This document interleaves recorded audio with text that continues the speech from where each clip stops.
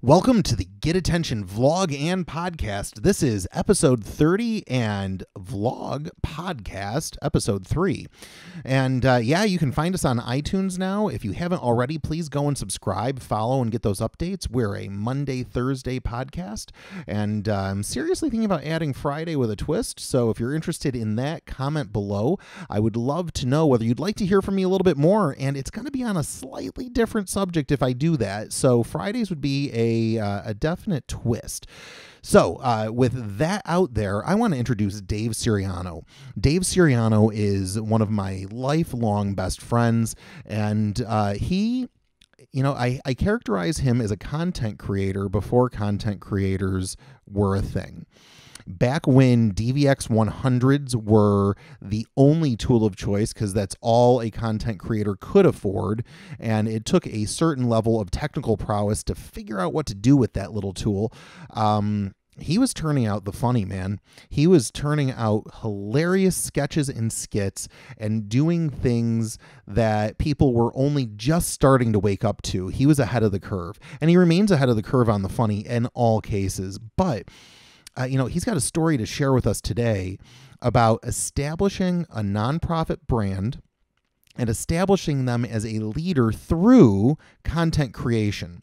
And I think there's a huge takeaway here about frequency of content, the type of quality you have to apply behind the content you create, and also just general tenacity. And, foreshadowing, you're going to find that in his story, tenacity matters. So without further ado, let's get to the theme song and then Dave Siriano, Creative Nation Media. Here we go. 1, 2, 3, listen.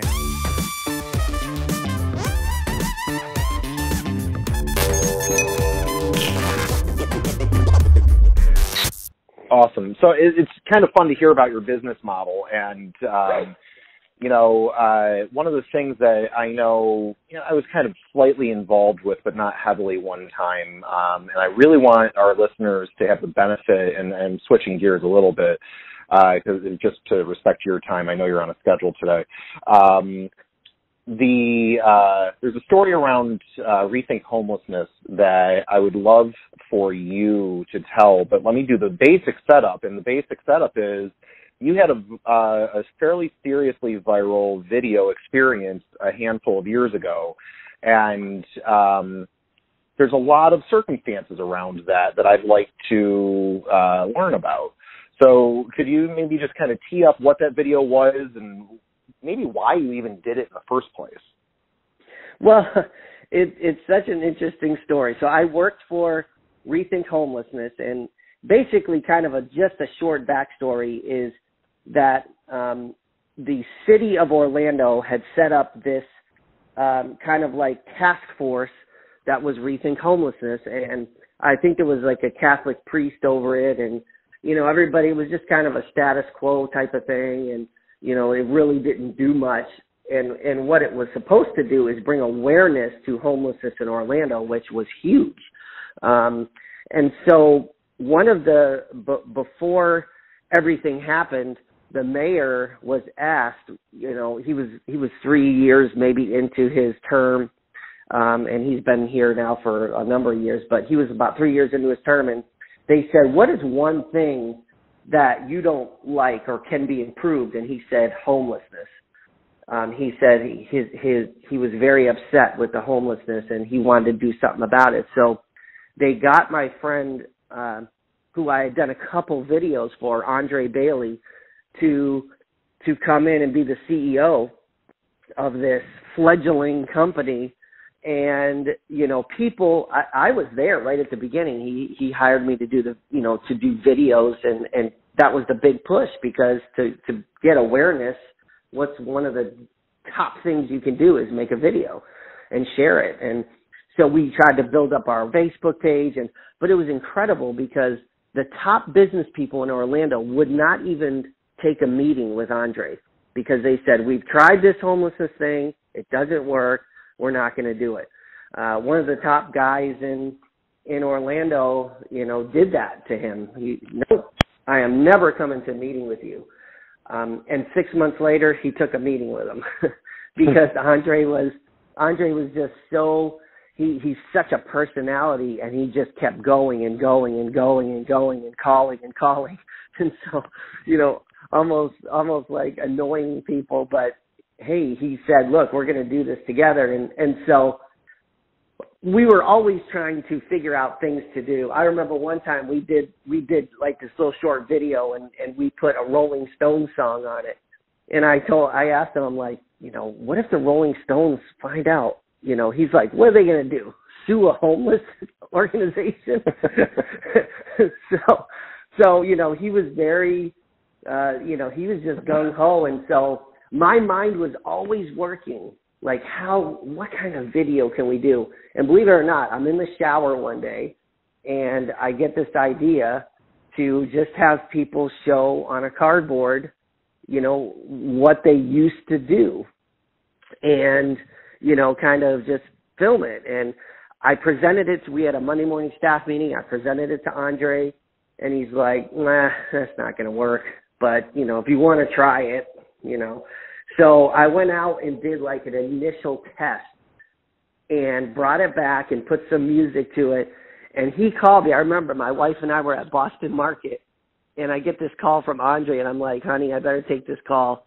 And he's like, as soon as I said hello, he's like, Dave, this video is going to go viral. I was like, okay. And he said, let's talk about how we can, do this really good. And that's when you came in and you helped me. You were one of the producers on this, and we went out and filmed. And, one day we got pizza for all the homeless people that wanted to fill out a sign. And, we just kind of kept plugging away. And we probably did maybe 40 or 50 in total, and we used maybe 20 or so. And there were some incredible stories.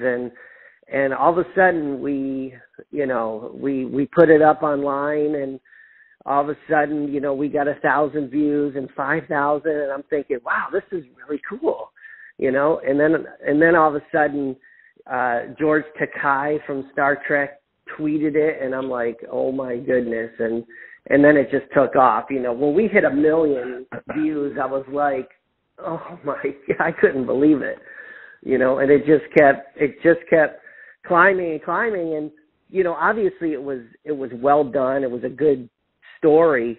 But it also needed someone to, a few people to come in and give it a boost. But after giving it a boost, then people realized what a great video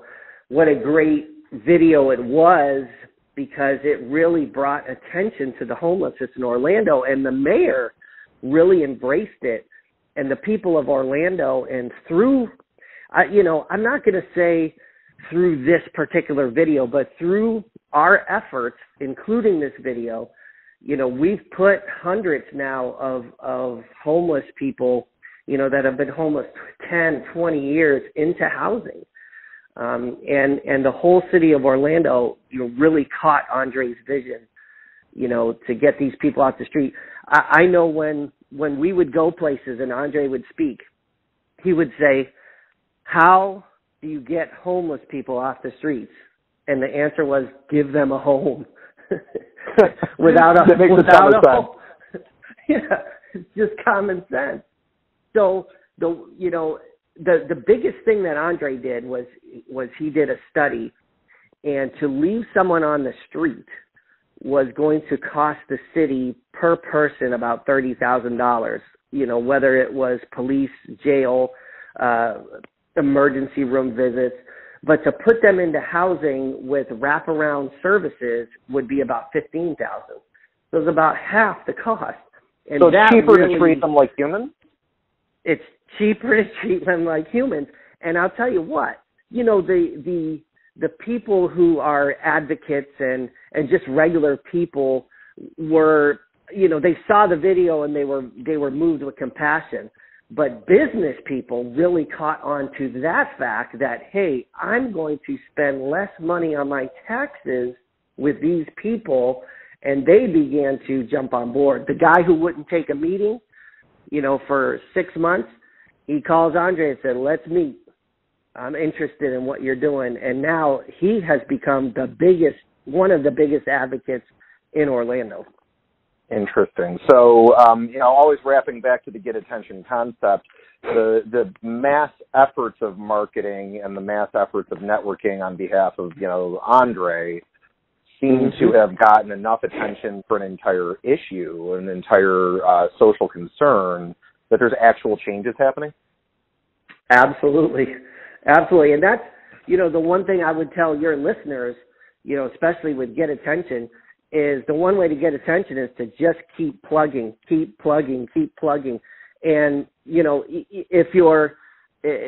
if you want to go like to the Bible, there's a great Bible story that you can read about a king who, a guy came and kept knocking on his door and asking for something.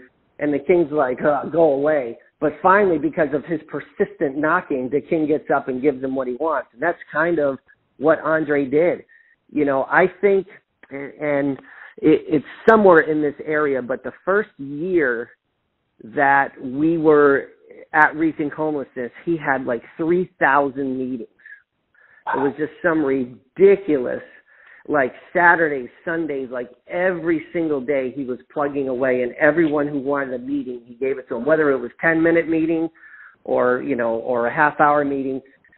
He met with them, and he brought his concept to the people, and people caught on. And if you talk to people, obviously Andre's a great guy, but his consistent annoyance to people,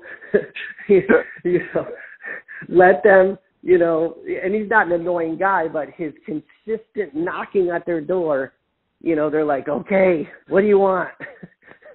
And I think awesome. Yeah, and I think when you're doing something, the more you just put your effort into it, people are going to take notice, as opposed to just sitting back and doing nothing.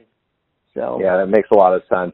So I want to go back to the process of virality for a second. Going back to, so you put the video on YouTube and you're getting a nominal amount of views, and then at some point it starts skyrocketing. And if I remember right, I feel like the story might have actually, the story of virality might have had something to do with a friend of yours who works for AP.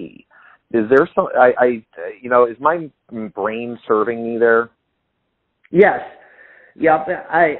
There's a guy that I was actually his youth pastor years ago, and he began writing for the AP, and he saw it, and I can't remember how he saw it, but I just happened to, I think I was talking with, I liked one of his wife's pictures. His wife is a very good photographer, and I liked one of her pictures, and she said, "Oh, hi, Dave."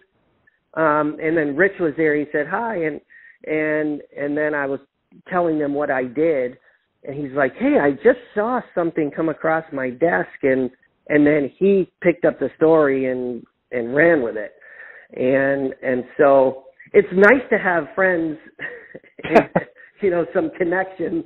That's always a good thing. Well, I feel like that's important because, you had a champion for your project, and one of those things, and I'm going to tell this story at some point on the vlog about how I Fought for You went viral, and we accidentally stumbled onto a champion for that film as well.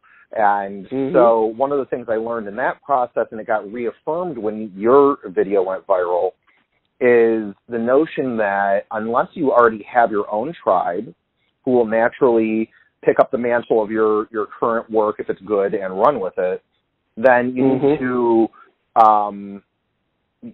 either deliberately leverage somebody else's tribe or pray real hard that somebody does that for you, because that's how it happens.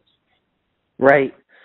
Yeah, and the connection piece, I think the connection piece, working together with the work hard piece, is something that spells success. Sometimes you can work really, really, really, really hard, and if you don't have that connection, it doesn't work. So you definitely need some kind of help, in doing that. And, sometimes it's small, and then sometimes, like, George Takei, will pick it up like he did with us. And, sometimes it's someone you don't know, but someone who just advocates for your cause. And, this was a great cause, and it's still going. Andre is no longer there. I'm no longer there, but it's still rolling, and they're still doing a lot of good for Orlando. Well, and being here for 3 years now, I know I moved here while you were working with them, and since, you've moved on to grow your own thing, and the constant, at least around town, is everybody still talks about Rethink Homelessness. So the trend you guys started clearly has good people, I'm sure, picked up the mantle and ran with it, but you built a good brand right out the gate. And that's actually an interesting point. Until just this moment, I hadn't really put my brain to the fact that Rethink Homelessness is a brand, and before it was a brand, it was nothing. So there was a very deliberate build, and it seems to me that largely between you and Andre, you guys built that brand. Can you riff on any of the brand building? Because you did go from, 0 to 100 in just like a couple of seconds there when you guys built it. But can you talk anything about the strategy? Well, it's an interesting strategy because I wasn't in the initial talk, because Andre had sat with the mayor, and this was before we were even hired. They brought Andre in and they said, well, we're going to give you a shot. If you can't do anything with this, we're going to shut it down. Wow. And at that time, it was called Impact Homelessness. And so our first meeting was with me and Andre and the vice president, who was there as well. And the three of us sat down, and he's like, here's what we're going to do. We're going to do this big impact homelessness thing and blah, blah, blah, blah, blah. So we're like, okay, we're behind you 100%. And then he took a meeting with this creative guy in Orlando, Bob Kodzis. And Bob figured, he said, okay, I'll come in and give you a couple ideas for impact homelessness. Well, he walked in with a cardboard sign in his back pocket, and he took it out, and it said Rethink Homelessness. And he's like, this is what came to me. And Andre immediately said, that's the new name of our company. Gotcha. Nice. And then, because Bob is a great, in Orlando, Bob is one of the best creative thinkers, and besides you. And thanks. So no, but Bob is a fantastic guy, and he comes up with great ideas. And then he'll tell you, now you have to run with it. So basically, when he came up with this idea, then Andre and I, we started, talking about it. What can we do? And we created videos, and we have a couple other videos that got 50,000 views and 70,000 views, that were very good as well. And so we kept making videos. I think the first year I was there, I probably made 100 videos or something. Wow. We just interviews with people. And now what I'm hearing is, from executives across the country is it's no longer about quality. It's about quantity and content. Absolutely. Get stuff out there, so that's kind of what we did. And, some stuff was so, you get a, like I remember one time, Andre said, I want to do an interview with a veteran. We need to go out and get a good interview of a veteran. So, it's homeless people. You can't schedule interviews, No. like, hey, I'll meet you at the library at 10. It just doesn't work. And so I had made a tentative agreement with a guy to come. He didn't show up, but all of a sudden another guy was there, and he had this great story, and we did a story on him, and Andre ended up hiring the guy to do some stuff around Rethink Home. And so you just, you never know what you got, but it was all pretty good, and it kept us rolling. That's really cool. So I love what you just said about quality of content over the quality of the video production, because Yes. I do think, and it's a kind of a harsh world that we live in as creators who love the art of our work. I struggle with that a little bit because, I mean, you know me, I've produced a couple of movies. You and I have done a vast quantity of short films together. And we love bringing the quality, but at the same time, it's consumer behavior. You know, they're going to just expect frequent, interesting, and they will totally lost past the quality, man. I'll tell you, you put an Instagram filter on it and run away. Yep. Yeah. And that's, you know, again, I love to see, you know, a really good, you know, when I look at a movie, I'm like, oh, that's good depth of field. And you know, then I get upset. Like, my wife always punches me in the arm because I'm like, did you see that? That Coke wasn't there, the last shot, and now it's there. Like, and she's like, shut up and watch the movie. So, you know, again, it's about the story, and it's about, you know, just keep giving me stuff. Keep giving me stuff. You know, if you're doing a blog, you know, make it a couple times a week at least. You know, get it out there, and you know, and let people watch it, and keep it short. You know, that's what people want nowadays is short. You know, I know even myself. You know, people are like, hey, you need to watch this. You know, this great show on Netflix, and you know, you go there and you're like, oh my gosh, I have to give like a week of my time to watch.